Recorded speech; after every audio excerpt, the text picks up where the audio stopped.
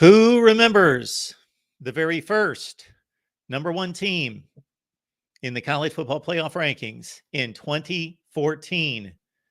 Going once, going twice, going three times. Let's leave our trivia answers in the chat. Does anyone remember the very first number one team by the college football playoff rankings in October of 2014? And I do believe I will make this next comment after we get the correct answer. Alabama, no. Dent, thank you so much for that. Bingo to Real MVP had it as well, and maybe some others. The Canned Crew. Mississippi State, Dak Prescott at quarterback. How about that? Actually, I believe in that first top 25 released in 2014, I believe there were three SEC teams in the top four. I believe it was Mississippi State, Ole Miss, and Auburn. I believe those three were all in the top four, probably along with Florida State, because Florida State was the only undefeated team in college football in 2014 in the regular season. Jameis Winston's second and final season, they went 13-0 before losing to Oregon. We've got to Real MVP says 5 different SEC teams have been ranked number one by the playoff committee. That would be Georgia, Mississippi State, Alabama, LSU, and I guess it would probably be, unless I'm missing somebody, would be Ole Miss. Would it be Ole Miss? There it is. Eric's got it. Yes. Mississippi State, Ole Miss, and Auburn in that first selection. Tennessee was number one. That's right. Tennessee number one last year. Very good. You guys are going to have to keep me abreast of the action. I've got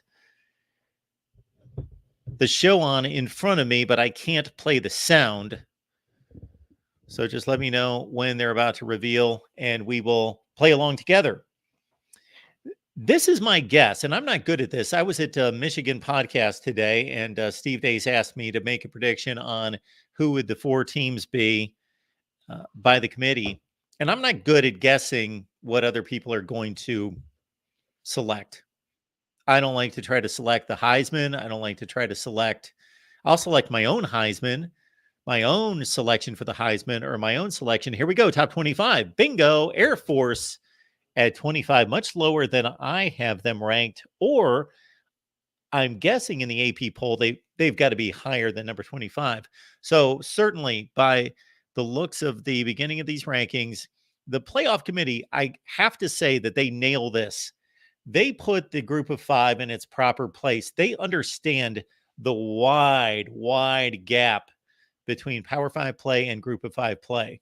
There was a wide gap there. The pollsters tend to honor the wins. Look at James Madison's in the top 25 right now because they're 8-0, right? Well, they shouldn't be in the top 25.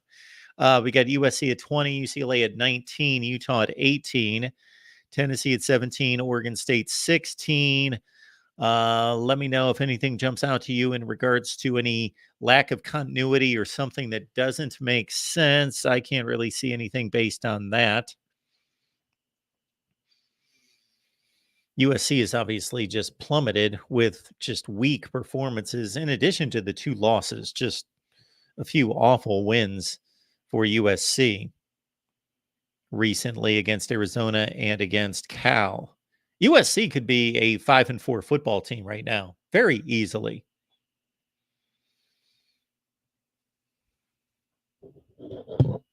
I really like UCLA. I think they've got an excellent team. If they had a veteran quarterback, if they still had Dorian Thompson-Robinson. At number 15 is Notre Dame. 14 is LSU. 13 is Louisville. Missouri's at 12.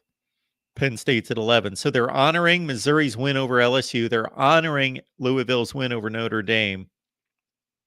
And they've got Penn State at 11, which has certainly been hurt the last 2 weeks. Adam says UCLA's trash on offense. It's basically the quarterback position. I don't know that they're trash otherwise.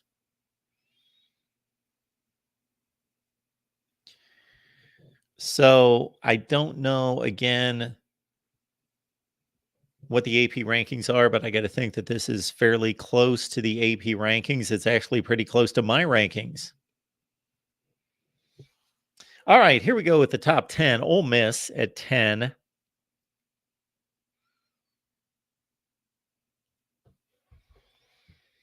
And now we're going to have more commentary. Therefore, it's going to take longer for us to get our rankings. DeReal is glad that head-to-head matters. I am as well. That's important. Oklahoma at number 9. That's kind of low. So that week Oklahoma schedule is coming into play here. So I don't necessarily have an issue with that. Aside from beating Texas, the next best team that Oklahoma has played has been Kansas, and they lost that game. Really, Oklahoma's second best win is who? Oklahoma's second best win? Iowa State. Alabama at 8. There is part of me that's expecting Georgia to be number 1. That they're going to honor defending championship. They're going to honor dominant play in their last 2 games against good opponents, Kentucky and Florida. There we got Texas at 7.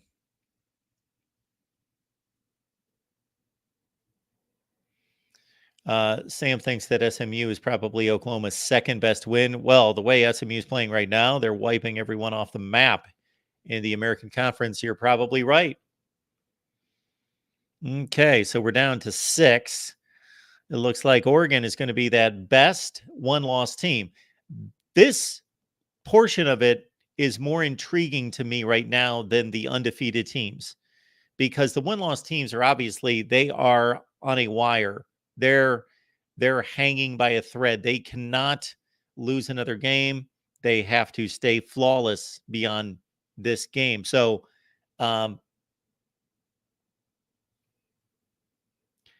these one-loss teams and their order, to me, is much more interesting than the undefeated teams, because they're showing us what they think of their loss and their best win. But mostly, since the undefeated teams do not have a loss to rank, the committee is showing us how they value these losses. And of course, Texas, we've got a head-to-head situation with Texas and Alabama. That could prove crucial. Can you imagine Florida State goes undefeated, Washington goes undefeated, Ohio State or Michigan go undefeated? There's 3 Power 5 champions undefeated, and then the last spot comes down to a Texas Big 12 champion with 1 loss and a Bama SEC champion with 1 loss, and there was a head-to-head back in September. So they've honored LSU over Missouri. They've honored Texas over Alabama, Alabama over Ole Miss. And there could be some situations coming where that becomes difficult to do, where that is going to be difficult to continue to honor that. Seems like most of you believe that Ohio State's going to be number 1. They certainly have the best resume, but there are questions about game control, dominance going, of course, Michigan's way, and maybe Georgia being in both worlds. Better resume than Michigan, better wins, better competition, but more dominant than Ohio State.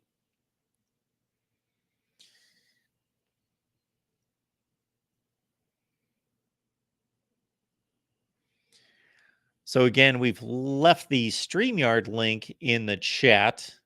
So we will have that option for all of you, as we typically do, but we will also have some phone lines open here momentarily. So we will get that number to you as we look at the top 6. Here in the top 6, I'm expecting, yes, Oregon at 6. Lost to Washington. Got to acknowledge and honor the head-to-head, even though, wow, Oregon played so well in that game against Washington, if you really consider the way that game went. and the Dan Lanning decisions in that game and the missed field goal at the end and the fourth down miss. Washington struggling in recent weeks, falls to 5. Or when I say they fell to 5, I think they certainly had an opportunity. If this ranking would have come out after the Oregon game, I would think the Huskies would be a bit higher, but they're sitting at 5. And now we get to the top 4. Will says no respect for the pack. Oregon's ranked ahead of all these one-loss teams. Come on, Will.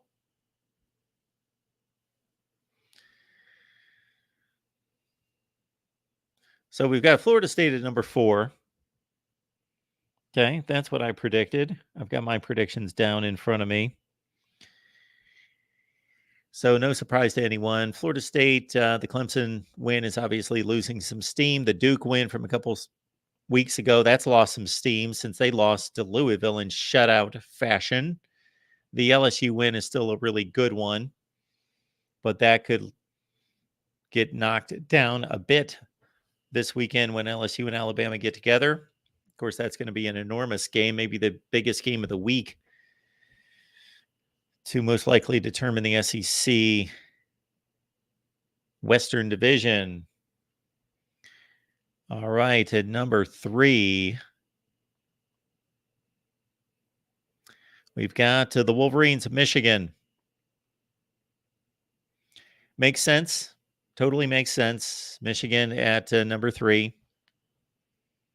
Haven't played anyone. Best win. There's Georgia at number 2. Okay. And that leaves James Madison at number 1. There we go. The undefeated. No, it's Ohio State at number 1. Okay. Buckeyes 1, Bulldogs 2, Wolverines 3, and the Seminoles 4 with the Huskies 5. Those are our top 5 teams and our 5 undefeated teams. There you see the call-in line. So you've got your option. The StreamYard link is in the chat. It's also in the description section of the video. Or thanks to Mr. Prangley, we've got the call-in line 888-799-4539. And looks like we've got a call coming in.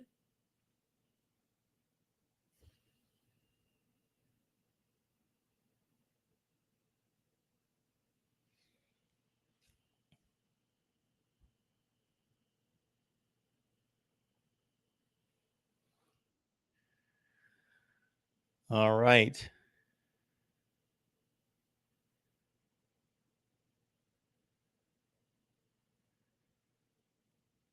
So, Tim, just let me know if we have any calls coming in. Otherwise, we'll take. So we got a call coming in.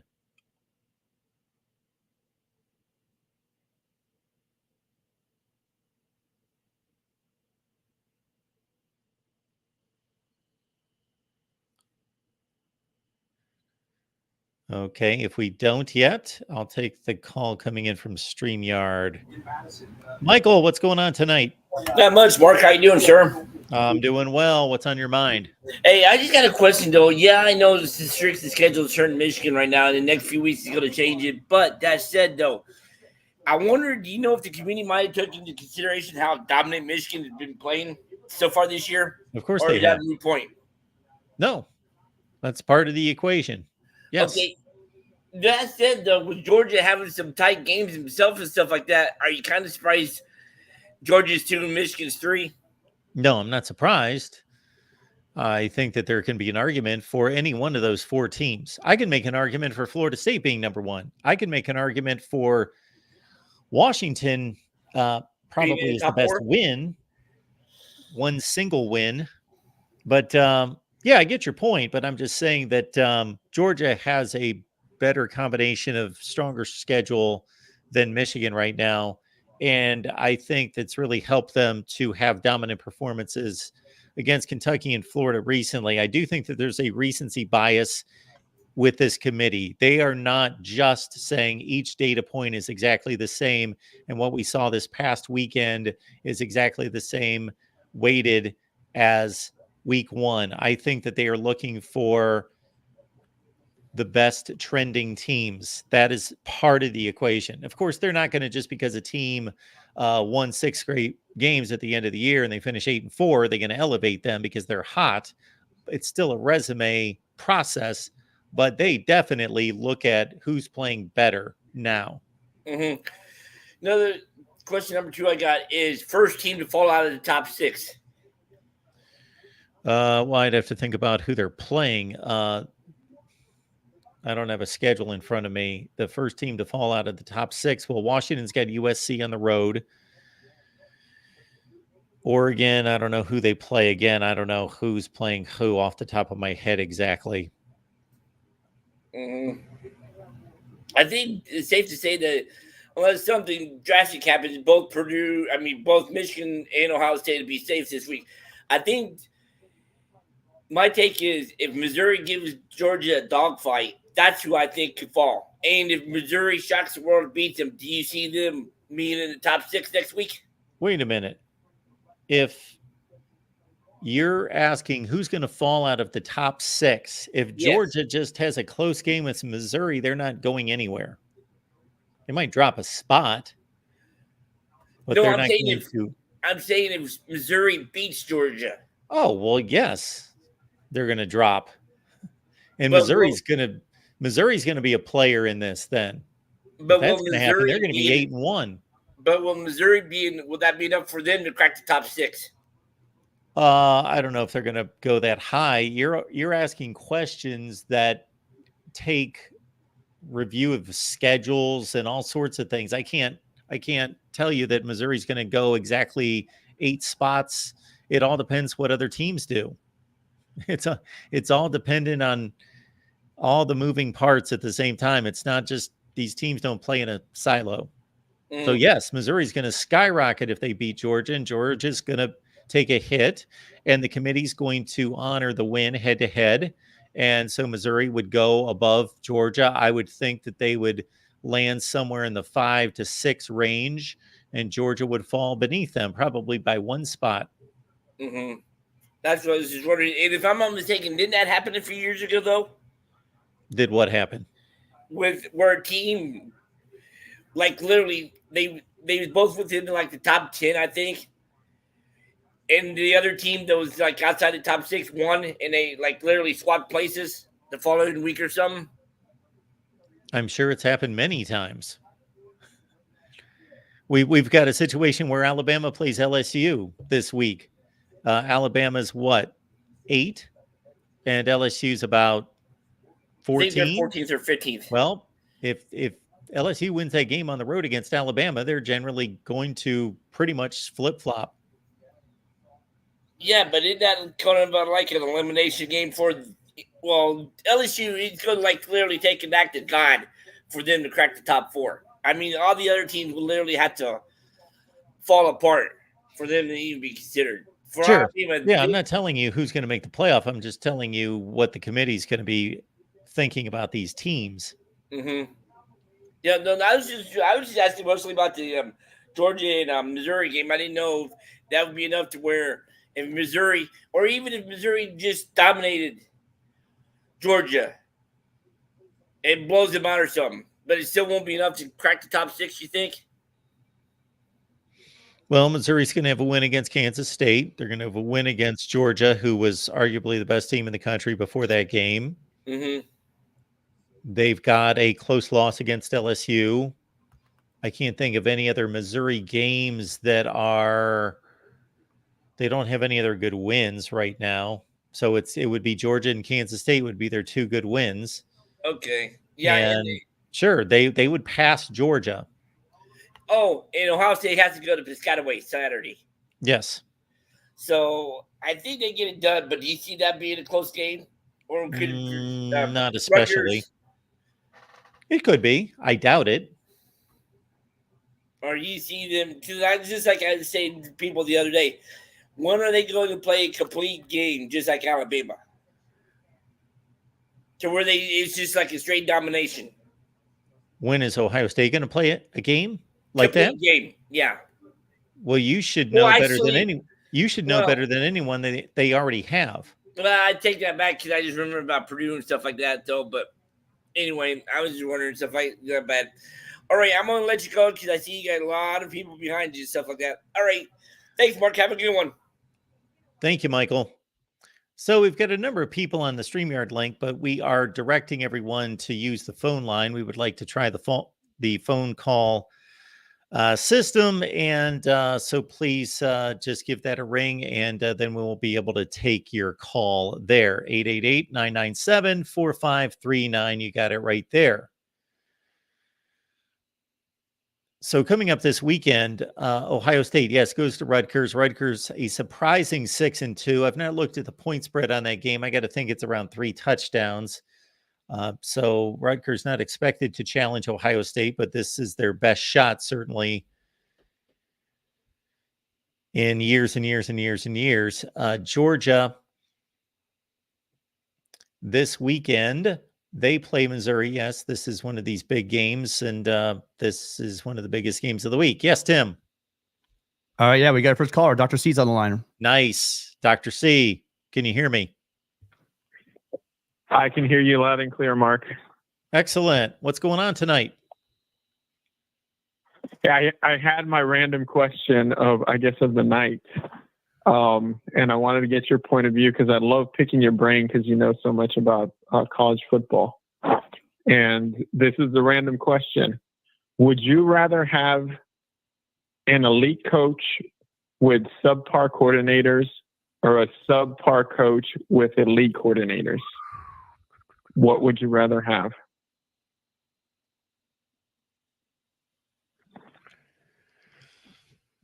That is a tremendous question.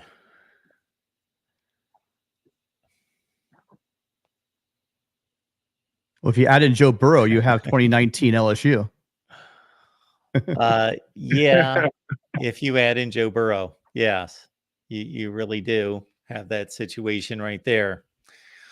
Man, I think it's more complicated than that. I can give you a hard and fast answer, but there are all sorts of levels of elite and levels of subpar. When you say subpar, I would tend to go, man, in the long term, I would tend to go toward the head coach because he's running the program. But if you want to catch lightning in a bottle for one season, then there you go. What Tim is saying, you could get away with once you start playing football in August, maybe get away with the head coach being less than what you would want him to be. And the coordinators are coaching the football and they are game planning and they're running the show from a football nuts and bolts standpoint to carry you through that season. But if you're talking about 5 and 10 years and leading a program and setting the culture and the itinerary and everything, the structure and the brand and representing the program, then you want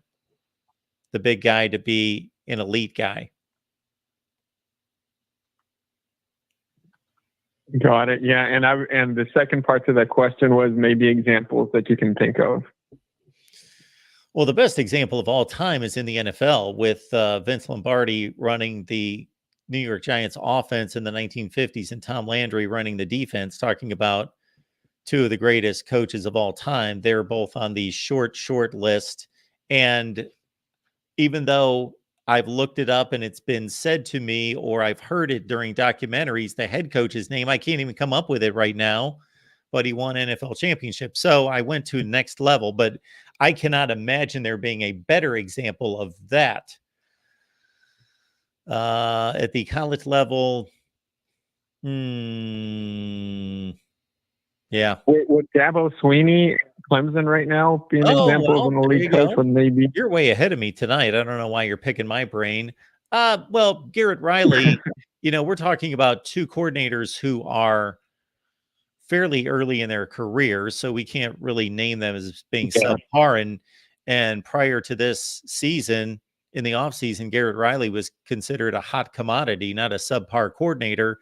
And the defensive coordinator, Wes Goodwin, is being compared maybe unfairly by some to Brent Venables, and he's not that good, but he still is a top 7 or 8 defense in the nation. Defense is not Clemson's issue right now. So I get where you're going in that direction, but really upon further review, I'm not saying Dabo's an elite coach and his two coordinators are schmucks, because they're not.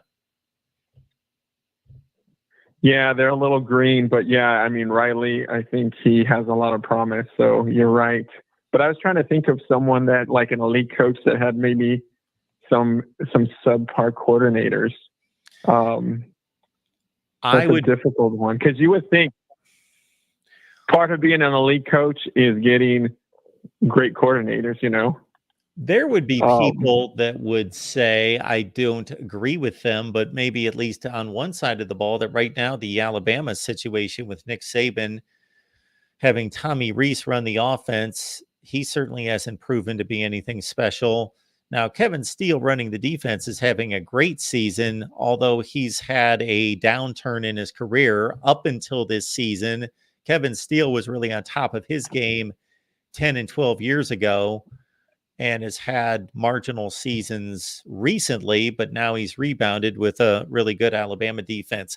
I would think if we went through college football history, we would find many more examples of up and coming coordinators who eventually became great head coaches on the same staff together, possibly under a marginal head coach. I guarantee we would find more examples of that. Yeah, absolutely. Yeah. As far as the elite coach and the subpar coordinators, I would think that would be an elite coach that just did not want anyone having any type of control on his program, right? So he kind of called all the shots. And I then was trying also to think of someone. Yeah, and your question, in a sense, is almost self-fulfilling, because if it's an elite coach for the majority of his career, the offense and the defense are successful. Therefore, the coordinators are considered to be good at what they do. Yeah. Yeah. I mean, maybe he can pull it off, but you can't. I don't think you can. Awesome. Well, that's a great example. Hey, and last one. Has there ever been a head coach that left a program and returned and was just as successful? I was thinking about that the other day, and I couldn't come up with one. Well, John Robinson wasn't as successful, but he was highly successful his next go around at USC, but it didn't match his success of the late 70s, early 80s. But when he came back in the 90s, they won a Rose Bowl, won the Pac-12 championship, but he didn't sustain it, nor was it as elite as it was in the late 70s. He comes to mind. Bill Walsh had a really nice season at Stanford his next go around in the 90s. He was there earlier, but again, I wouldn't say that that's a good example. Who else has coached at their school twice? Bill Snyder, but Bill Snyder, oh my goodness, I don't think Bill Snyder comes anywhere close to getting the credit that he deserves. It's all you have to do is go back and look at Kansas State football records in the 60s and 70s and 80s prior to Bill Snyder. And then it took him about 3 seasons and they just took off. And he had a great run, of course, in the 90s and 2000s. And then he left and Ron Prince took over and they went down the tubes for about 3 or 4 years. Snyder came back and he never elevated them to where he had them before, but he proved that he could lift a program a second time at an advanced age. So that was pretty impressive. Yeah, and Snyder was a huge fan of junior college football players. Yes. I remember he was a huge in getting that. And that, that was also kind of new and not very many people replicated as well, not to the degree that he did, because he'd have like a whole team of junior college transfers, which I thought was neat. Yeah, he comes to mind. The guy that maybe has a chance, I don't think he'll get to is Rutgers coach. Greg Schiano. Yeah. Yeah. I mean, he's recruiting pretty well. He's got him going, but I don't think you can't catch lightning in a bottle. What did they say about twice? Well, I would say that I just couldn't. If we went back and looked at his first stay at Rutgers, we would be less impressed than what the narrative is. It's not that great. He went 1 game over 500. Oh, yeah? Yes. And in the Big East. I'm almost positive he went 68 and 67. Somebody can check me on that one. Oh, wow. Because I just remember watching those games on ESPN with Rutgers and yeah. Time has a way of. I guess They had that big 2007 season, 2006 season. They beat Louisville, who was ranked in the top 5 in the country, and they ran out to like a 9-0 start. Yeah, he did really good things at Rutgers, and they were horrible before he got there. But yeah, let's not overplay his stay at Rutgers. Absolutely. Well, Mark, I'm going to let you go, but hey, thanks so much for answering my random question. And as always, you always ace it. You ace the exam. Well, we did our best. I got off to a rough start, but I started to shake the cobwebs and come up with some answers for you. Awesome. All right. Dr. Hey, C. thanks for everything, Mark. Appreciate it. Bye. We are looking at the ACC schedule, and for the first time, really, since this whole college football playoff business began, Clemson is absolutely no factor in this. They're 4-4. Can you imagine a Clemson football team going to be 4-5 if they lose to Notre Dame? Coming up on Saturday, the Irish a slim 2.5 to 3 point favorite in that game. North Carolina, what has happened to them? They have been a double-digit favorite the last 2 weeks, falling to Georgia Tech and to Virginia the weekend before that. So North Carolina has gone from a probable top. They would have been, listen to this. 2 weeks ago, North Carolina was 6-0. And we would think, okay, they've got Virginia, 24-point favorite, and Georgia Tech, 12-point favorite. Would have been a lot larger had they won against Virginia. But what we would have considered to be the 2 easiest games on the schedule at one point, they win those 2 games. They're sitting at 8-0. We would have all expected North Carolina to be 8-0 right now and be probably right behind Washington. And they have completely fallen out of the sky. And they weren't even ranked at 6-2. Georgia Tech taking on Virginia. I'm going to do a breakdown later this week of all the division and conference races. The ACC is a crazy one, and so is the Big Ten West. And consider there are 5 teams tied for first place in the Big 12. So started on that today. I got to weave through a lot of tie-breaking situations to post those videos, and I'm in the midst of trying to do that in the Big Ten. But don't forget, Georgia Tech is still alive. And I don't mean mathematically alive. I mean that they are legitimately alive to get to the ACC championship game. Florida State at Pitt, of course, the Seminoles, we see them at number 4 in this initial rankings. Virginia Tech, Louisville. That's a huge game. Look at this. Suddenly, Virginia Tech and Louisville are playing for sole possession of second place in the ACC to put themselves in a position with 3 games to play. For Virginia Tech, it would be 4 games to play to get to the conference championship. Who would have circled this game the first weekend of November? Virginia Tech, Louisville, each have 1 loss in the conference, and the winner will have sole possession of second place to get to a date in the ACC title game. Mark, down there, call when you're ready for it. Excellent. We'll take it right now, Tim. Thank you. Go ahead. Go ahead, caller. Welcome to the voice of college football. Hey, Mark. Darrell, what's going on, man? How you doing this evening? It's Darrell MVP. Yes, sir. Well, thanks for calling. I was thinking about your segment. Yeah, no problem. I was looking at your segment about Georgia Tech having a realistic shot, and I somewhat disagree because Louisville beat Georgia Tech, and if Louisville beats Virginia Tech, Louisville's going to have to lose to both Virginia and Miami, which I just don't see happening. So I think they're a dark horse. I think they probably got less than a 1% chance to make the ACC championship game at this point. Yeah, well, I'm not debating that. I'm just talking about I'm breaking down scenarios.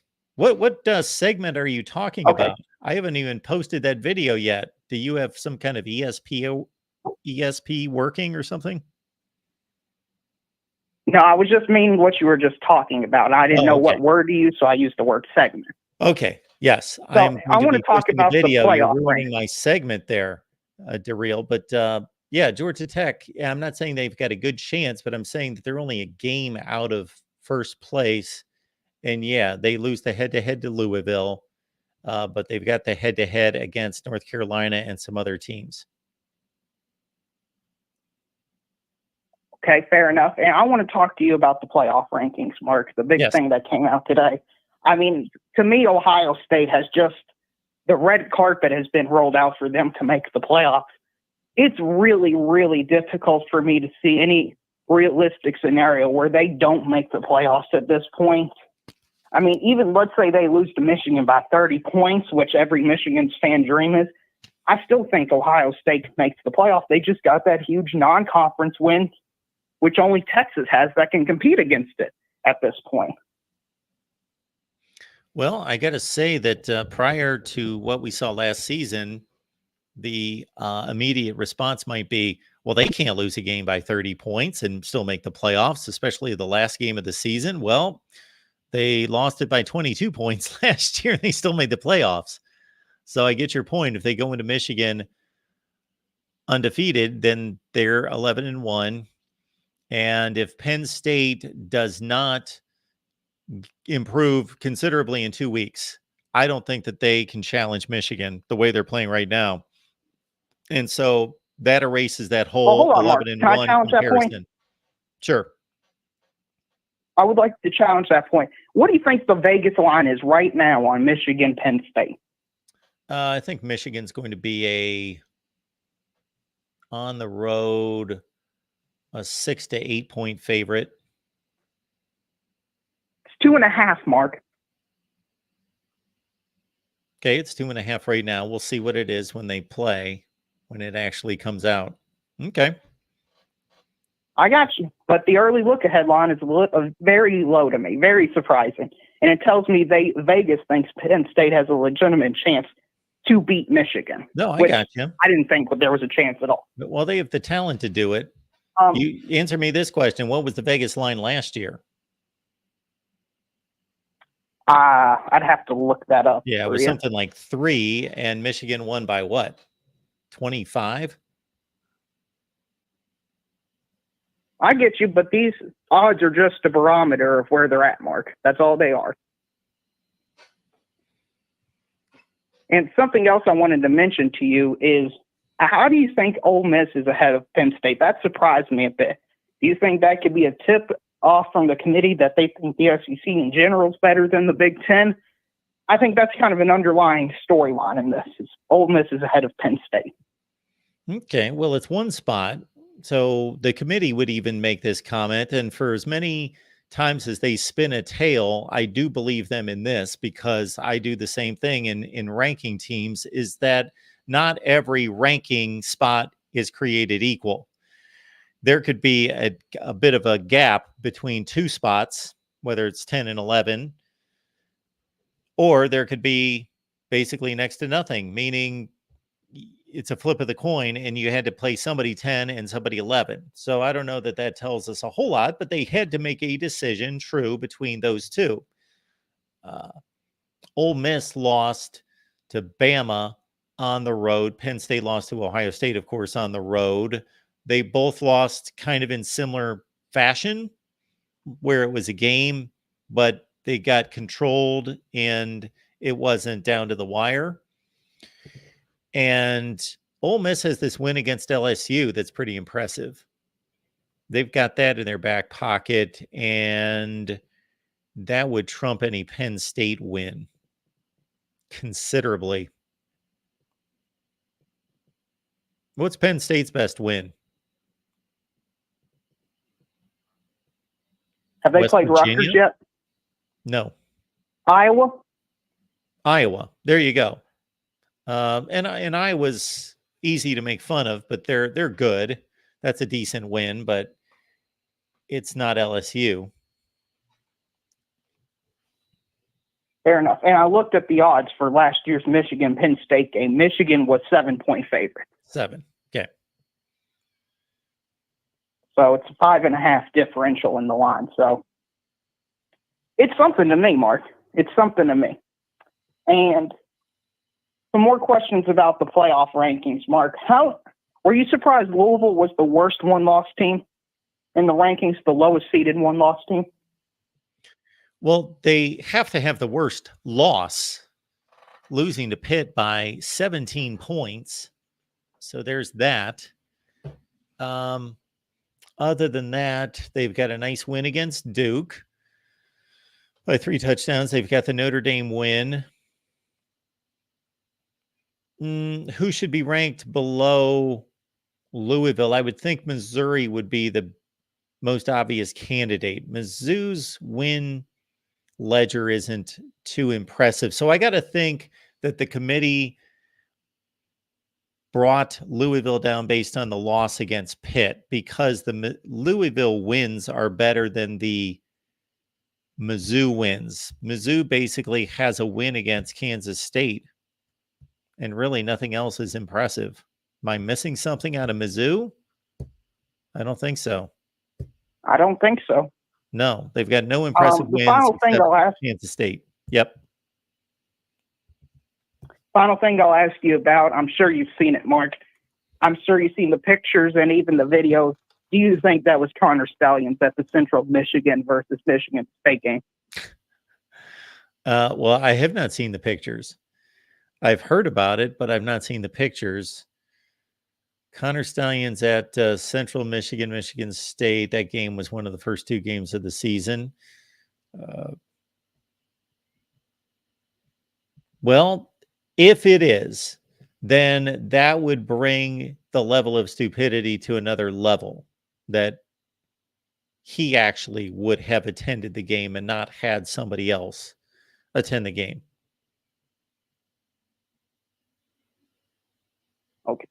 Okay, yeah, I've seen pictures. There was some even video. Some guy like took a picture of him at Michigan where they know it's him, and then this picture at Central Michigan and lined him up. It was awfully good match, Mark. I think you should look into it. So who's taking pictures I think at it a looks Michigan? exactly like him. Yeah, who's taking pictures at a Central Michigan, Michigan State game of just guys walking around? Like, is he on the field? He's in the stands, right? No, he's on the sidelines. So in the picture, he's on the sidelines. He's got sunglasses on. He's in Central Michigan gear. Or in a hat and a t-shirt. Okay. Well, that's completely different. Now, how does he become some kind of Central Michigan lackey? That would get them involved in this stunt as well. Why would they be involved? Well, Central Michigan's athletic director says they're investigating it. And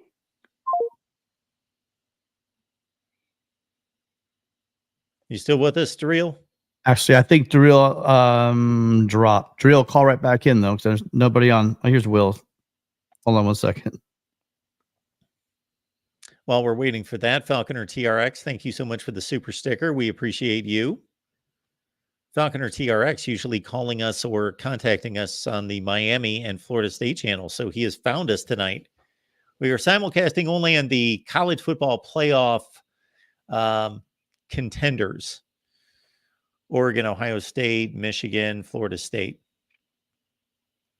All right.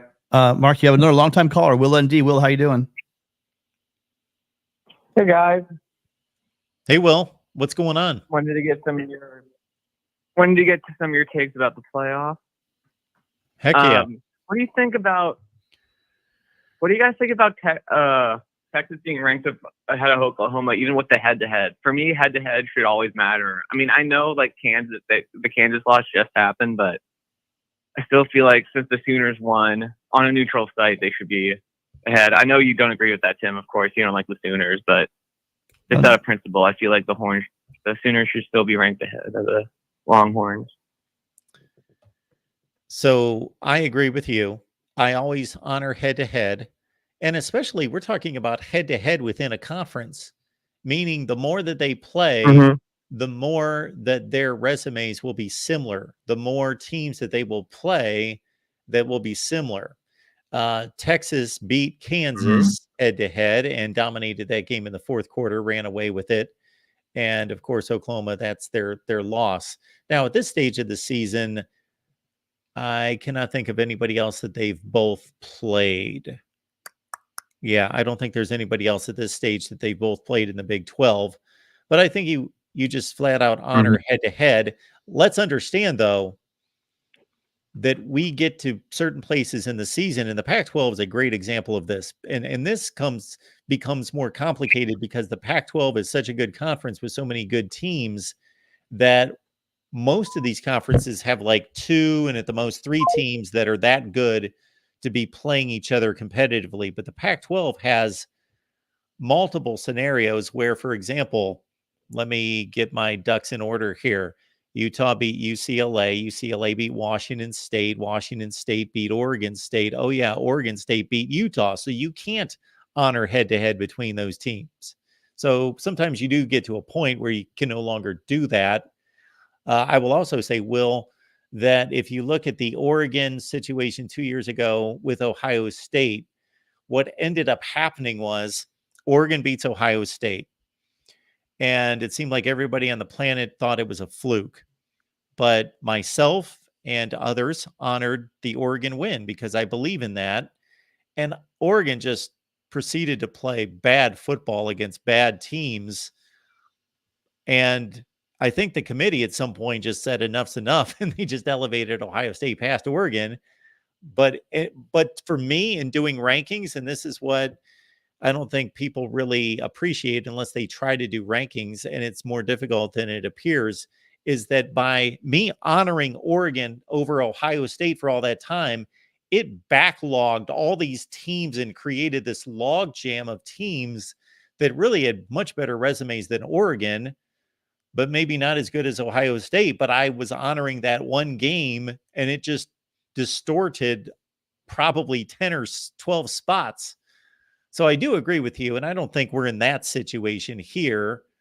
But they are very much, they're honoring that Texas beat Kansas, a team that beat Oklahoma, and that Texas also has this really strong out-of-conference win, maybe the best, probably the best out-of-conference win in the country, while Oklahoma did not play anybody out of conference.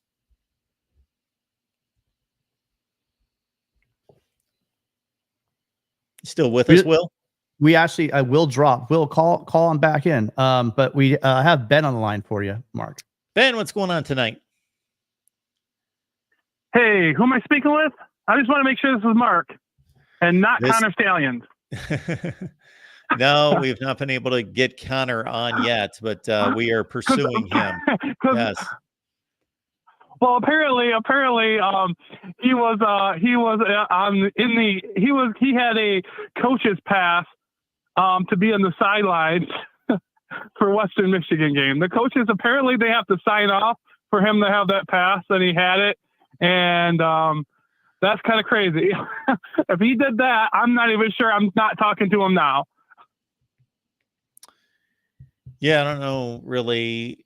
I would think it only makes sense that the lower you go on the Power 5 into Group of 5 rankings, the more leniency there are to gaining field passes. And I really can't understand that. Why a Michigan staffer would get a field pass on the sideline in Central Michigan. I don't know. Maybe they saw that there was no harm in that. I really don't know. I don't know what to tell you. I do know that, there has been coaches coming from back, kind of back and forth from there, but whatever. I didn't really, it's kind of getting more funny as it progresses. I wasn't calling about that. I was calling about the Georgia being number 2, and Ben, you still with us? Yeah, can you hear me? Yeah, I got you. Hello, Mark. Okay. We got you. I don't see any scenario you put Georgia. Okay. I don't see any scenario you put Georgia at number 2. The scenario is they played a better schedule. And you're obviously talking about ahead of Michigan. No, I'm talking about Florida State or Washington. I mean, if you're going to go by who played the better schedule, those teams both played a better schedule than Georgia. Well, that's only part of the equation. Yeah, I mean, I just don't know. I mean, I don't know. I mean, if you're looking at dominance on the field, then it's Michigan. Michigan has it for sure. If you're looking at schedule, if that's the most important part of the equation, then definitely Florida State and Washington. I mean, Washington plays in the so far. I mean, they're playing in the conference that has been the most dominant conference out of conference. or get with out of conference opponents. So And I mean, I don't understand. I mean, I couldn't see it. well, it would be interesting to line up all three of those schedules next to each other. Off the top of my head, yeah, certainly Washington's got the best win. Nothing Georgia's done compares to Washington's best win. That win was less than impressive from the standpoint of dominance. It was basically a flip of the coin kind of performance. After the Oregon win, who is the second best team Washington's played? I would say Arizona. That's their second best win, right? If I'm missing somebody. Didn't Washington beat? Let's see. Let me look at Washington. I'll just look at Washington's schedule real quick. Yeah, I can pull up their schedule, but their second best win, I think, is Arizona. Which I'm not dissing that win, because that win's becoming better and better all the time. Arizona's a good football team. Arizona could, with a couple of different breaks this season, could be 2 games better. So Washington.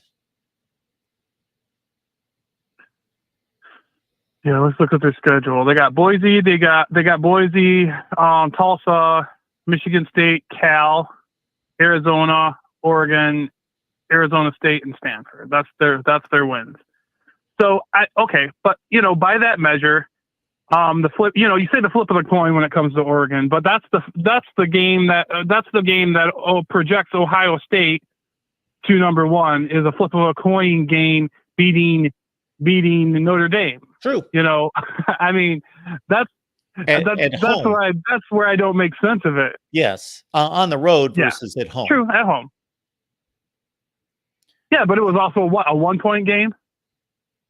Well, regardless, no, they were both 3-point games. But 1.3 points, it's one score. It's the next score will win the game, even a field goal. But anyway, we're looking at Washington's schedule right now. Boise State's becoming a better win. They're starting to get off the deck and play better football, but still, I think they're 4-4. That's not much of a win. And that was actually a close game for much of the game until Washington pulled away. Tulsa's no good. Michigan State's no good. Cal, they blew them out. They did what they should do against Cal. The Arizona win, again, that's gaining more steam all the time. And then they win this game against Oregon. And to your point, I am somewhat making disclaimers about Washington's win, but there were no controversial calls, nothing like that. They won fair and square. They should be given credit for what is one of the 3 or 4 best wins in the country. Then this Arizona State game was not pretty, and Stanford is terrible. And that game was 35-33 deep into the fourth quarter. So their last 3 wins have been near nail biters. They were losing to Arizona State 7-3 in the second half. Like their last 3 games. Now, Oregon, hey, any way you beat Oregon, it should be credited as a good win, regardless of what it looked like. And that was an exciting game, and there were definitely 2 quality teams on the field. But the last 2 weeks, I got to think that that's weighted them down considerably. And there is a recency bias among this committee. I have always noticed that. And that's the only thing I can see. Only way I could see Georgia put it in that number 2 spot is just because how they've played recently. That's the only. If I look at the whole season, I can't see putting them there because they were struggling in games, and the scores are actually farther apart than I think the game actually was. In those some of those earlier games they had this season, and but I think they're playing better now. And maybe they're playing but I still don't even think they're playing like the second best team in in college football. Well, on some of these points, I'm going to be backing up what you say. It just depends however it hits me. Other things I'm going to be arguing with you and coming from the other side. Other things I'm going to say you're exactly right. Because look at that South Carolina game. At the time that they beat South Carolina by 10, even though South Carolina got drubbed by North Carolina, that still looked like a pretty good win. Well, it's not a good win. South Carolina is not a good team. They're pretty bad. And so winning by 10, they did dominate the second half. They scored 21 straight to win the game and pull away. These other games are inconsequential. Ball State, although Ball State, I shouldn't comment. It's a MAC situation. I don't know exactly. I think they're one of the better teams in the MAC. Anyway, UAB doesn't matter. Auburn, that was an extremely close game, and Auburn's not that good. Auburn's 4-4 right now. Well, Ball State is got like 1, 2, 3, 4, 5, 6 losses and 2 wins. Okay, then I was thinking of somebody else. So that it doesn't matter anyway. Yeah, it just doesn't matter. They lost. Okay, Ball State lost a 40-3 game to Georgia Southern. Okay, yeah. Regardless, that again, it's inconsequential. What if they beat them 450-3? It only would matter if they struggled against Ball State. Then that would be something to penalize. Basically, Georgia has 2 decent wins. They beat Kentucky and they beat Florida. Both of those teams are top 35 to 40 in the country, and that's it. And they destroyed them. They're playing better. But I agree with you. I mean, honestly, if I was a Florida State fan and I seen this, I would be upset because, look at Florida State's wins. Florida State's got LSU. They have Clemson. Yeah. I know Clemson's not as good this year, but they're still a good team. And they have, I agree with you. I agree with you to a certain extent, but if you're going to call Clemson a good win, you got to call like Auburn a good win. You got to pretty much put them in. We got to forget what our preconceived notion is of these teams. True. That's fair. Because Clemson's going out and losing to NC State and Miami, and I do agree with you. I still believe Clemson's better than Auburn, but the results are starting to prove the other. That's a fair. That's a fair point. But at the same time, then you look at, that's a fair point. I just think overall, Florida has a stronger strength of schedule, and for sure they do. If you matched up the teams that Florida played versus the teams that from 1 to 8, against Georgia's team, the teams that Florida played are going to come out top. I just can't see it. I'm looking at these schedules side by side, and there's just no way that this is not. The worst teams that Florida played is Southern Miss, and I don't know. There's like Southern Miss, Boston College, Virginia Tech, Syracuse. And I don't know where you would rank Syracuse, Boston College, and Southern Miss in that. I think Southern Miss would probably be the weakest team. According to the strength of schedule rankings right now, Florida State is 32 and Georgia's 76. Yeah. And that's probably over the whole course of the season, right? That's not up to now. Okay, so that's the whole course of the season, not to now. No. I hope not. Oh, okay. I think that's just based on the games that have been played. I would hope so. I don't know. It doesn't say. Okay, I'm not sure because sometimes they rank them. Because Georgia has yet to play their strongest opponents: Missouri, Ole Miss, and Tennessee. I think I don't know Kentucky, but they definitely have a little bit more of a backloaded. Do you agree that those 3 opponents are going to move Georgia past Florida State? If they win?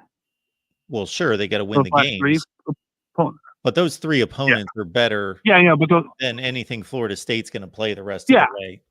Yeah. Yeah. No, and I would agree that. I mean, if they win out, I mean, it's going to put them. I would agree with that for sure. Florida State's I mean, unless Florida State's got Pitt. Miami's okay. They're decent. Yeah. And Florida's decent. So they're playing, Pitt's another game where they've gotten so bad, it just doesn't matter. Unless Florida State struggles. Like, that game's inconsequential to their ranking and us comparing schedules. But Miami's a good team. By good team, I mean they're one of the 40 best teams in the country, and Florida's in that range as well. So that's what Florida State's going up against. But Georgia, like you say, it's Tennessee, it's Missouri. So you're talking 2 top 15 to 20 teams in the country, and it's Ole Miss and a top 10 team in the country. So they're going to fly by Florida State on the strength of schedule. But as it stands right now, I agree with you. Yeah, I mean, I can't. I mean, if you're going to look at, but I mean, if you're a college football, there's no way the college football playoff committee should be judging teams according to teams they're going to play. No, it should be what they have played. Nobody and that, and I caught your guys' segment on Steve Dace's Michigan podcast. And I thought there was some very good comments on there. Steve was kind of, we look at these, and you guys look at it kind of the same way. You don't, know what Steve was talking about, what narrative the playoff committee is kind of making, and I'm kind of curious what they're trying to state with this. I haven't watched the rest of the show. I should kind of see how they justify it. What narrative are they trying to make with these rankings? Yeah, well, they're going to use whatever spin works to that situation. So they've used them all. They've used strength of schedule. They've used best win. They've used the loss, if there is one, which one looks better, whichever one that they can run to that's going to defend their ranking. That's what they're going to do. Yeah. I definitely like your rankings, especially when it gets to this time of year. I like your rankings a lot better. Well, because at least with that, you can say, you can say, hey, this is, you can go, I don't know what the college football playoff committee is doing sometimes. And it just, it'll be interesting to see how it all shakes out. Hey, I'm going to let your next caller go. Thanks for taking my call tonight. Thanks, and, man. You have a good one. Always good to hear from you. All right, everyone. Here we are at the Voice of College Football. I enjoy these kind of shows because we've got something fresh. We got something new. We got rankings to talk about. You guys know I love rankings. And here we go. The college football playoffs first selections. And so this is the first of, what do we have? We've got games of the 4th, 11th, 18th, 25th. We've got 4 games left, and then conference championship weekend. So we've got 5 more of these. And then, we're going to be sitting here roughly a month from right now. It's going to be on a Sunday, but 1 month from right now, and it's going to be all said and done. And those are going to be the final rankings and our final 4 and our last of the 4-team playoff. That's going to be interesting. We're only a month away, folks. All right, folks, 888-997-4539 is the line to call. Mark, you got another call. Landfound from Miami, Florida. Nice. Landfound, what's going on? Not much. I just looked at the college football rankings that came out tonight. Yes. And for me, it's a continuing conversation.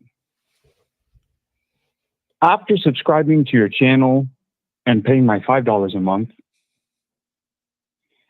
I see the secret to your picks. Okay. And that is tradition. Look at the top 10. Look at the top 25. They're all traditional college football powerhouses, with the exception in the top 10 of Oregon. tradition. Tradition goes such a long way in college football. It carries a lot of weight. Anyway, that's my take for the night, Mark. I'll hang up, listen to what you have to say. And if I can just say one more thing, Mark, even with all my antics, I've always respected the channel and the rules. I just want to say one thing very quickly. Let's keep in mind at least what's going on in the Middle East with the Palestinians, and let's also pray for the peace of Jerusalem. Absolutely, I'm out, Lance. Mark. I Talk to you appreciate you later. being here. Can I ask you one question? Are you still with us? Of course. Yeah. Okay.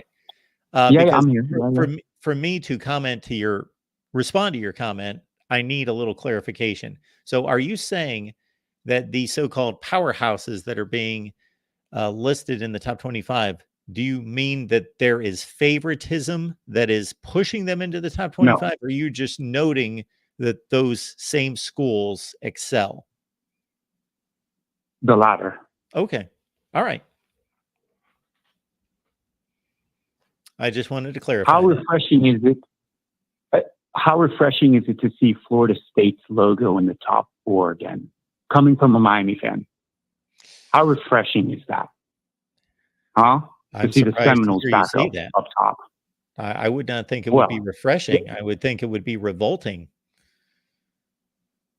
It's refreshing to see Florida State back up there where they Okay. belong.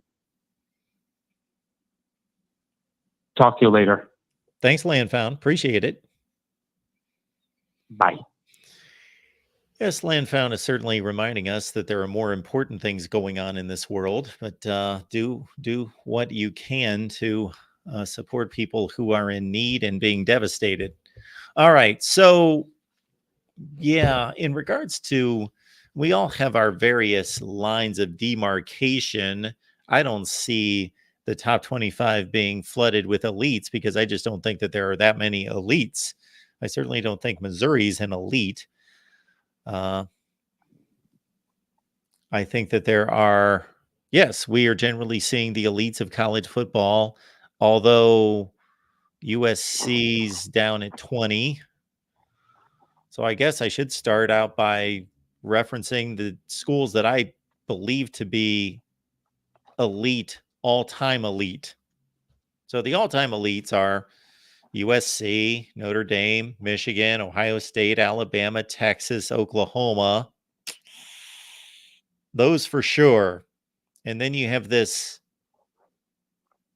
certain category that pushes into that category where we could go Penn State, Nebraska, but even like an LSU, they're not historically elite. They don't have, Tennessee would be in that Nebraska, Penn State category as well.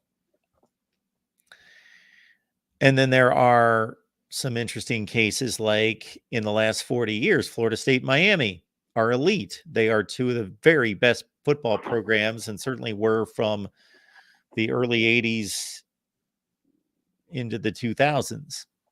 And they've been a bit sketchy now for the last 15 or 20 years. And Clemson has been a really good football program for much of its history. But now Clemson has been elite under Dabo Sweeney up until this season. All right, Mark, we got another call for you. Nice. We got Jack from Lansing, Michigan. Jack? How you doing? Hey, Jack. What's going on? Hey. Well, first I've been kind of watching you here, and I was thinking the reason that line may be so low, the 2-week headline between Michigan and Penn State, might be because people want to see how Michigan reacts to what's happened the last week and a half. And, of course, they'll have the Purdue game to see how Michigan comes out.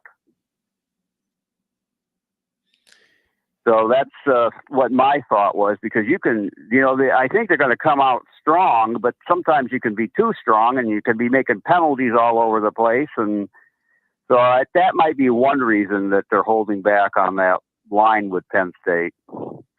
I also wanted to mention this thing about Stallions. It seems obvious to me that this guy thought he had figured out loopholes in the process. Now, it doesn't mean his analysis was correct, but it seems so obvious just from reading all the stuff and listening to everything that he thought there was this thing he was doing to get around this and this thing he was doing to get around that. And we'll see how that plays out. But I think he obviously is pretty obsessive if he can write a 550-page manifesto. But I think he had told himself that he had figured out loopholes about the rules, and the different rules they've read, quite frankly, are a little confusing, at least when you hear what's read on the internet and stuff. And he may have thought that he was just clever enough that he had figured out this loophole and that loophole, et cetera, et cetera. I also think about this stuff with that scandal breaking about it coming from Ohio State. I'm going to suggest my first culprit for that, I think it probably came from the University of Michigan. I think there were people there who maybe didn't like Harbaugh. And I do know that some people I was told about, 14 months ago, that they did not, some people there did not like the public opinion he took on a ballot proposal that was on the ballot last November. And it just would not surprise me. Everybody's pointing at Ohio State, but it may have actually come from within the university itself. So I've just been watching. Also, the thing on Stallions that kind of bugs me is the people talking about seeing him on the Michigan sideline, and that somehow being, something unusual. I would think if an analysis expert invited me to a game at the University of Michigan or that they were playing in, I would be disappointed if we weren't on the sideline sometimes. So that part doesn't make a lot of sense to me, that that's somehow incriminating. And maybe it would be interesting to find out. I do wonder what other responsibilities he had or has other than stealing signals. Is he a guy that you turn to and say, hey, they just put in number 64 and 62. What do they usually run when they do that, or something like that? Does he have other, I have to assume all of his responsibilities as an analyst are not just stealing signs. There's probably other things, and he obviously has a personality, since he's so obsessive, that he might be really good at various types of analysis. So I thought that might be, it's just something I've sort of been paying attention to and wondering about. And then I have to comment on something to Tim, if it's okay. That's Mark's show, but I'm here. He's here. Yeah, well, because I've agreed with you on almost everything you argue while I've watched this, especially the thing about who should make the playoffs and nothing in the expanded playoffs and things like that. And I did already know you were from Michigan anyway, or your family was from Michigan to begin with. But I'm going to tease you a little bit and wonder and question. Do you think when Southern Cal gets in the Big Ten, should their first 8 games against Michigan be in the Big House? Are you making a reference to point? Are you making a reference to Rose Bowls? Is that what you're doing right now? Yeah, since the only one of the 10 games the two teams have played has been outside of Southern California. Well, you're getting the first shot. It's gonna be Ann Arbor for the first game, but don't you guys want to get out of Michigan and like late October, November, come up to California? It's been 85 all week. You sure you don't want to come out and just relax a little bit? Okay, now you're winning the argument. Damn it. Yeah. But yeah, I just wanted to tease you a little bit about your 6-4 advantage in the overall record. Yeah, I think there is obviously an advantage playing, but remember this: USC does not play in the Rose Bowl. So actually, for the field, right, everything that goes along with that, they play once every 2 years in the Rose Bowl, and usually it's not like you guys are flying out on a Thursday and playing a Saturday game, right? You guys are usually there for the festivities the whole week, so it's not like a jet lag issue as well. Usually in the Rose Bowl, the conditions are about as good as they get in college football. So again, weather or those conditions are out the window as well. I do say you're right. It is. But, there's a lot of people in the past have said, what about distractions? See, when you get a team away from home, the girlfriends, all those other distractions go away and you kind of get them, isolated. There's an advantage to that when these kids, the day before, they're talking to their girlfriend, etc. There can be distractions at home. So I think it goes back and forth. I think if you flew out here on Thursday and played on a Saturday, then I can see that as a travel day and an issue.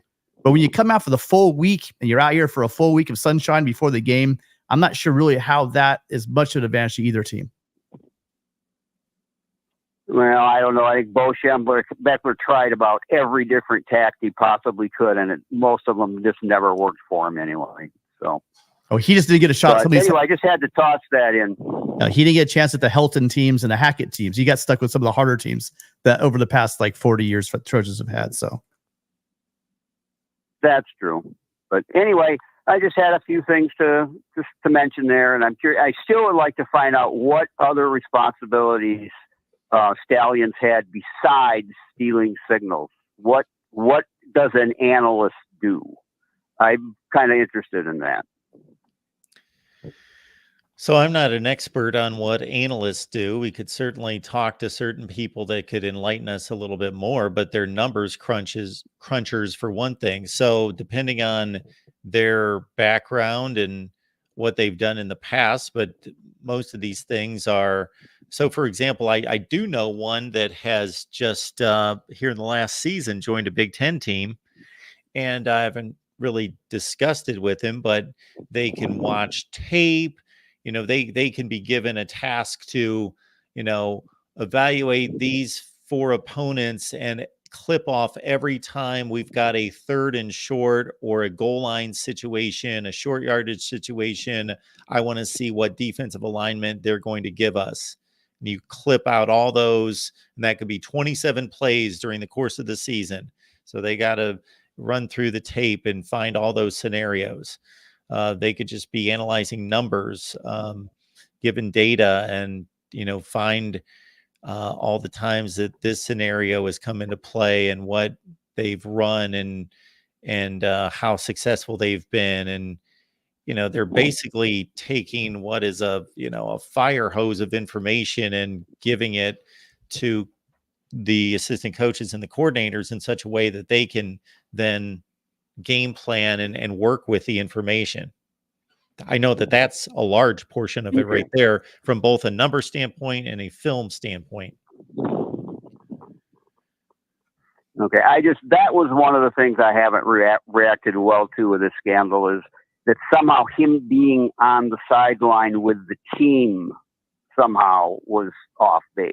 And it seems to me like, why wouldn't an analyst be on the sideline with the team that he's working for? That part has not made sense to me. Yeah, it doesn't make sense to me either, because they are not allowed to be coaching the team, having any contact with the players. They're in a non-player relations role. And then so to have them on the sidelines, I'm not saying that's against the rules. I don't know. I'm just saying that doesn't seem to go along with the defined role. Okay, well, maybe I'm wrong on that then. But I just thought, gee, maybe he was even supposed to be on the sideline. Maybe it was part of his job description that you're supposed to go to every game. So I'm learning something a little bit with what you're telling me there. Well, wait a minute. When I defined the role of the analyst and gave you some of those duties, I definitely know what I'm talking about there. And I'm not saying that that's an exhaustive role description. I'm just saying that I know of those things. When I am talking about whether they should be on the sideline, not on the sideline, whether most of them are on the sideline or not, I am conjecturing completely because I am just putting two and two together that these analysts are in a position where there was a NCAA violation a couple of years ago with a team in the Big Ten where there was found to be player coaching by one of the analysts, and they were at the practice coaching players, and they're not supposed to be. That's not their role, and it goes against NCAA guidelines. So I'm just conjecturing, and it seems like an obvious point to me, that if that's the case, and it is the case, that if they're not supposed to be coaching the players, that they wouldn't be on the sidelines for games. I just assumed that they were in the booth. I've not been keeping track of analysts to see where they are on the sidelines during these games, but that was my assumption based on their role description. Okay, well, that's you're telling me a little bit more than I knew before. So, but anyway, that's my 2 cents worth. And again, I've been watching the show for a long time, and I like the phone number. I have a little more trouble trying to get online, so I appreciate having the phone number to call. Absolutely. We will do our best to make that a regular point going forward, but we can't guarantee anything in the interim, but we will eventually. And so thank you for that. I appreciate you watching. Yep, have a good night. You too. Hummus Heroes telling us in the chat that there's a epic MAC game going on right now because of the weather. It's snowy Toledo right now. So here we are at the end of October. Let's see, this is November 1st, correct? Or is this October 31st? This is Halloween, correct? Whatever it is, it's right at the beginning of November. And wow, there's snow in the air in Toledo, apparently. Yikes.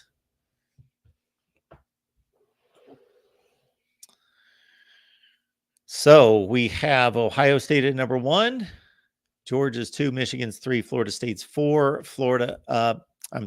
Washington's at 5. So those are the undefeated teams. Oregon, the top-rated one-loss team, and I definitely agree with that. Definitely agree with Oregon should be the top-rated one-loss team. Amazon links in the description section of this video, all the videos. Please use the Amazon link. I cannot emphasize this enough. You have the same shopping experience. So whatever your shopping experience on Amazon currently, it's going to be completely transparent, completely the same. Grab the link that we provide, put it somewhere where you will remember it, and shop on Amazon using our link. You help us grow and build the channel that way. Doesn't cost you a penny. Also, we've got our Discord link. You can get that by becoming a YouTube member on this very channel if you're watching on the main channel. If you're not, go to the main channel, become a YouTube member, and you get the Discord link, meaning you can talk college football 24/7, 365. You can jump on there and talk college football with us. You get my picks. You get the picks from Steve Merrill from Wager Talk. He's 17-5 against the spread since the beginning of last year. And then we also have Ticket Smarter. So if you're going to a game this year, you want to get some money off and you want to get the best secondary prices on the market, meaning the best prices on the secondary market, you go to ticketsmarter.com or download the Ticket Smarter app and use the promo code that we provide, BIG. It's BIG and BIG20. Those are the two promo codes. So BIG gets you $10 off, BIG20, $20 off from a purchase of at least $300. All right, folks. If we are good to go, then we can certainly shut down for the night. We've got Big Wednesday in store, as we always do, 11 a.m. Eastern Time's Ohio State Buckeyes live. Then we've got the Florida State show at 6. We've got the Miami show at 7. And I'm working on a series in which I'm going to dive into all the conference and division races and go through all the various scenarios and what it could look like. And then also, in addition to that, had some other video ideas I will get to here. All right. If anybody wants to call in, the number is 888-997-4539. So we will wait a few minutes, and if anybody wants to call, we are certainly taking more calls. Otherwise, I think we have broken down the college football playoff rankings about as well as possible for right now. Maybe I will give them another look, and maybe that's another video forthcoming tomorrow. College football playoff rankings. Maybe a Heisman video is coming. Look at this. This is my Big Ten breakdown. A lot of good numbers there, a lot of metrics, a lot of tiebreakers. When you consider that Minnesota, Iowa, Wisconsin, and Nebraska are all 3-2 with 4 games left in the season, there are all sorts of scenarios to weed through there. And then we also have the ACC. Those are the only 2 conferences I've taken notes on. So if I want to get through all 5, I've got a lot of work to do. All right, Jack from Lansing, Michigan on the line. Jack, how you doing tonight? Oh no, Mark, that was from before. Oh, sorry. That was a previous caller. That's very good. Okay, I think we are good to go. Tim, when is the call-in show on the USC channel this week? It's on Friday, correct? We've had to change that. It's going to be Thursday at 4:00. Yeah. Okay. Thursday, 4:00. Don't miss it. Pacific. 4 Pacific, Correct. 7 Eastern on Thursday. That's a USC call-in show. And I am telling you, folks, even if you're not a USC fan, mark it down right now. Join Tim and Matt Thursday at 4 Pacific, 7 Eastern. It's always a great time, and it's always a phenomenal conversation. And it's the only one like it around, where they prioritize the phone calls and give you time to talk. And so call the USC show or just listen in. Again, this is the USC call-in show that comes your way Thursday at 7 Eastern, 4 Pacific. Our next show with me is at 11 Eastern on Wednesday morning, 11 Eastern, Ohio State Buckeyes live. All right, folks, appreciate you being here at the Voice of College Football. We will see you soon.